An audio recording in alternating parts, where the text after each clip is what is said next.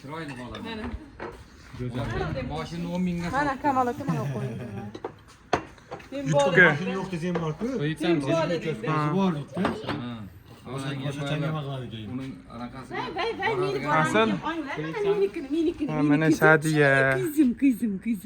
Meni kızım. Ne qilib turing spichkasini mana to'xting oling. Sadi. Assalomu alaykum. Assalomu alaykum. Nayam. Voy, yaqin nomi. Nayangam.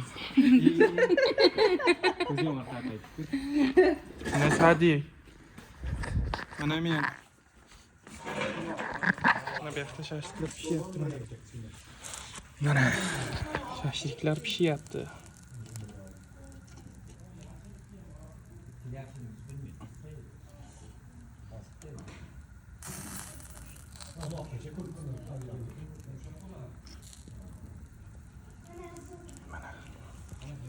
Keling sizlar.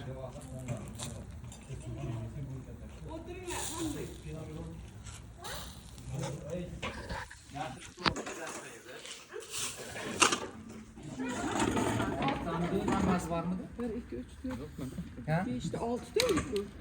Shuni aytdim endi.